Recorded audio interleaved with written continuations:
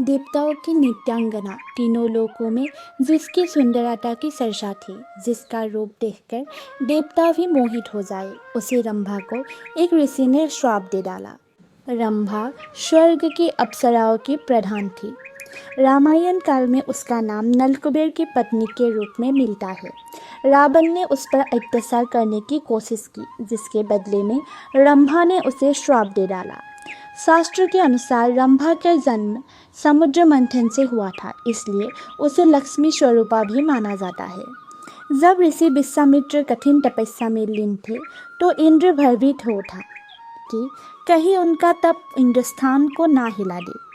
इंद्र ने भेजी रंभा को मुनि का तप भंग करने के लिए। रंभा नृत्य करती हुई, पुष्प बरसाती हुई विश्वामित्र के सामने पहुंची, पर ऋषि ने सब समझ लिया और क्रोध में बोले, तू अब 1000 वर्षों तक शिला बनकर रहेगी। रंभा पत्थर की मूर्ति बन गई। लेकिन दोस्त तो इंद्र का था, पर सजा मिली रंभा को। वाल्मीकि रामायण कहती है, एक ब्राह्मण ने उसे श्राप से मुक्त किया, जबकि स्कंद पुराण में बताया गया है कि श्वेता मुनि की बाण से शिला टूट गई थी और रंभा को मुक्ति मिली। रंभा के नाम पर एक तीज भी मनाई जाती है, रंभा तीज, जिसमें विवाहित महिलाएं सुंदरता, प्रेम और सौभाग्य की कामना करती है।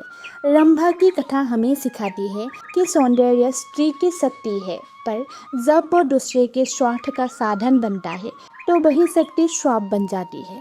ऐसी अनसुनी कथा सुनने के लिए मेरे चैनल हृदय पृष्ठा को सब्सक्राइब करें, क्योंकि हम लाते हैं वो कथाएं जो किसी ने नहीं सुनाई।